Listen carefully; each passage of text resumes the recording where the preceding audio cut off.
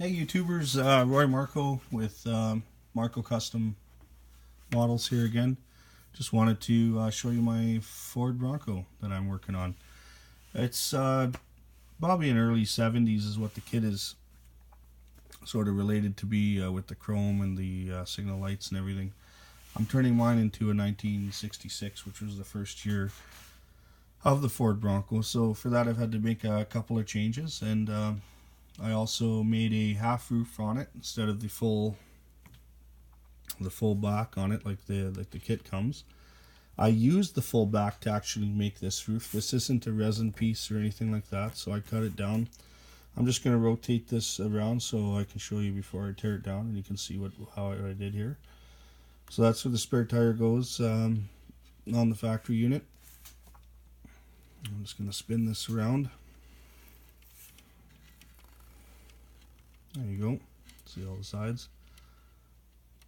So yeah, I'll pop the hood off here. So on the hood, the modifications I've done is just I drilled a couple of holes here. On the early Broncos, there would be a little hook, and I'm going to make that out of brass. When the windshield folds down, that's what you would tie the windshield to if you had the roof off and the windshield down. So that's what those two holes in the hood are for. So I added that. The roof section here, the spare tire, I got another set of wheels. I belong to a model club here, so it's fantastic. It's IPMS Edmonton, and it's fantastic with having a lot of people there.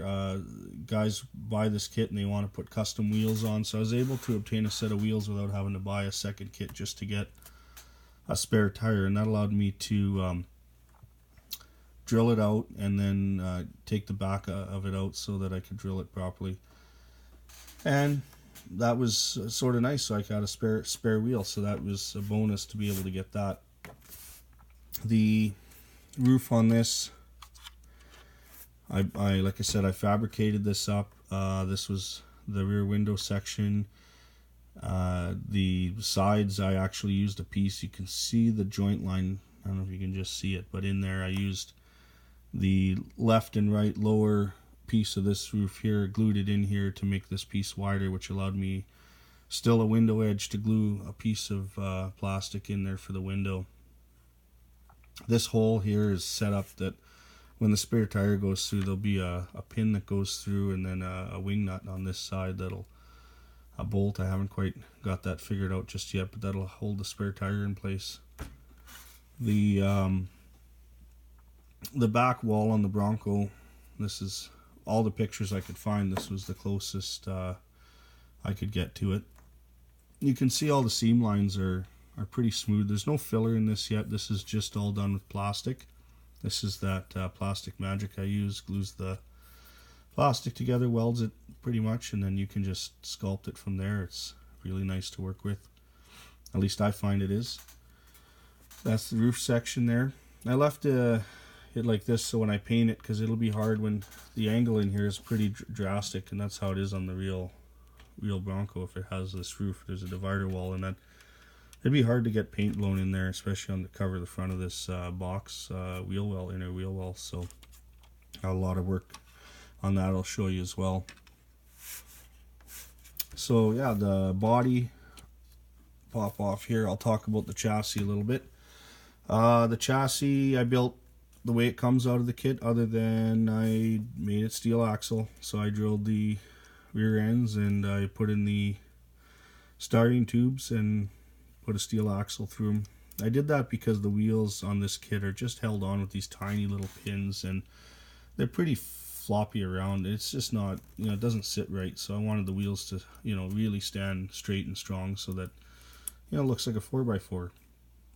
The engine I have to paint and then paint all the little details on it. I do them this way because the stuff doesn't fall off, and I can brush paint all the carburetor, the distributor, the coil, the manifolds, the starter. I'll get all that done. The oil filter after I just get some Ford blue on it. Transmission will probably have to go aluminum in this transfer case. Will either have to go cast or aluminum. I'm not sure what material the transfer case was made out of. Got to research that yet. So that's the engine, transmission, and transfer case. The chassis, one thing I did do, I want to note, is I glued some styrene along the top of the edge of the chassis because it was hollow like this all along. And if you put the body on there, and you see down here, you would actually see the inside of that chassis, and it wouldn't look very pretty, so I just tidied that up. While I'm in the engine bay, I want to talk about, there was a water jug I actually cut out of here, and there's a little, Ford uses in the 60s, it was like a little vinyl bag that would hold the windshield washer fluid. And I have one of those out of AMT's 62 Thunderbird kit, and so I have that in the box there. I'm gonna glue that in, detail it up, and then I still have to cut this box out here because that wasn't on the early Broncos. But other than that, the engine bay is pretty much ready to go. I had to take the line out of here. It was on the side, molded right in. I had to take that off. And I filled in the second gas filler so it just has the one single tank. And so I also cut they had the fuel tank molded in on the frame, so that got cut off as well. So this is just a single tank unit. And the Bronco kit comes with 2 shocks per corner, and this one will only get 1 shock per corner because it's not going to have the newer suspension on it. So it's going to be a 66, so that's what I'm trying to do. And I filled in the little lights and stuff that were on here for the newer Broncos.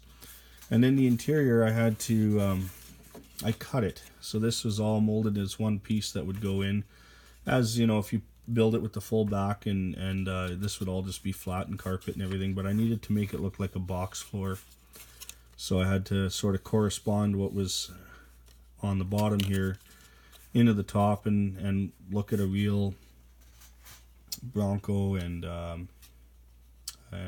find out how many ribs there were in here, and then filled in the little seat holes that were there to align the seat, so that was filled in.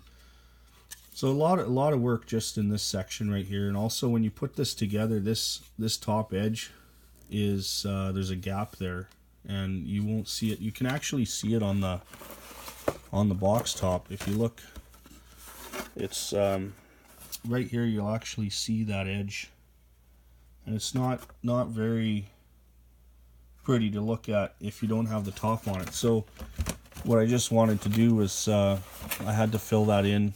I used a piece of flat styrene and shaped that in there to fit that. And then I cut the interior in half, so the interior can still be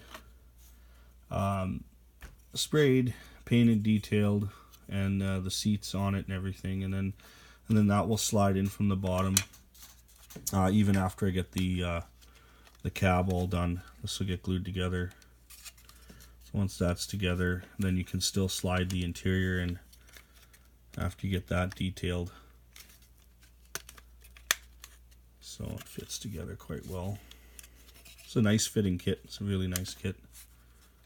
Revell did a good job on this one. And yes, the engine just pops in.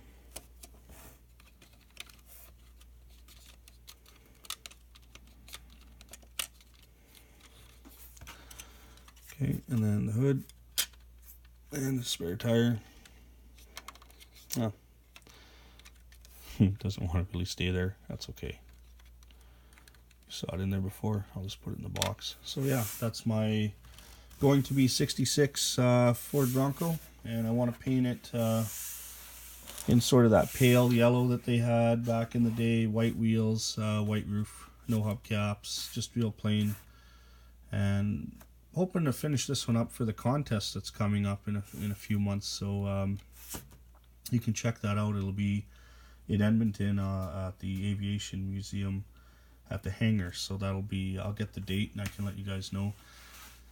And yeah, post some comments, see what you'd like, let me know what you'd like to see. If there's if you want to hear about our model monthly meeting, or have me do a video on it, let me know in the comments, and I'll get one together so you can see what we do here in Edmonton. Thank you very much, and have a good day.